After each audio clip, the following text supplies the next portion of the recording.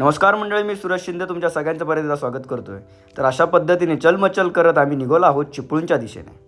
जुन्नर आळेफाटा येथे आल्यानंतर लक्षात आलं की दादाचे परम मित्र येथे आहेत. तर त्यांना भेटण्यासाठी आम्ही आळेफाटा येथे थांबलो. चला तर हा व्हिडिओ बघूया, दादाच्या मित्रांची भेट कशी झाली.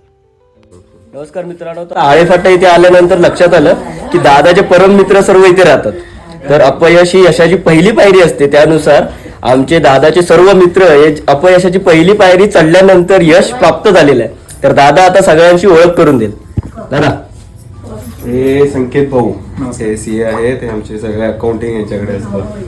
हे आमचे हे सुद्धा संकेत भाऊ, हे सुद्धा आता सध्या स्पर्धा परीक्षेची तयारी करत आहेत. हे PSI मनीष भाऊ, हे सध्या नाशिकला ट्रेनिंग यांची चालू आहे. आणि हे आदेश भाऊ, हे आता बँकेमध्ये आहेत पुण्याला. आणि हे त्यांचा सगळा परिवार.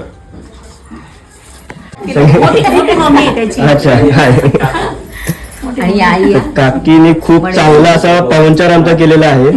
एकदम आपल्या घरामध्येच असल्यासारखं आम्हाला पाहुणचार भेटलेला आहे. आता त्यांचं ट्रेनिंग चालू बरोबर दादा? येस, ट्रेनिंग चालू. आणि योगायोग आमचं भाग्य असं की दादा सुट्टीवर आले तरी आम्हाला भेटलेत. पहिल्याच अटेम्प्टला प्री क्रॅक केली त्यांनी. अरे वा. दुसऱ्या अटेम्प्टला प्री मेन्स निघाली. प्री मेन्स इंटरव्ह्यू ग्राउंड निघालं तरी सुद्धा फायनल लिस्टला नाव नाही. म्हणजे पेशन्स किती असतात बघा. तिसऱ्या अटेम्प्टला प्री मेन्स ग्राउंड निघालं आणि शेवटी चौथ्या अटेम्प्टला त्यांना सगळ्या ह्या प्रक्रिया पार करून PSI म्हणण्याची फायनल यादी त्यावेळी निवड झाली.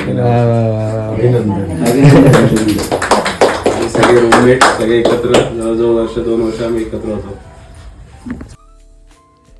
मनीष दादांसोबत आम्ही गप्पा गोष्टी मारल्या. गप्पा गोष्टी मारून झाल्यानंतर निघता दादानी आमच्या सर्वांचा सन्मान केला. मन अगदी भारावून गेलं.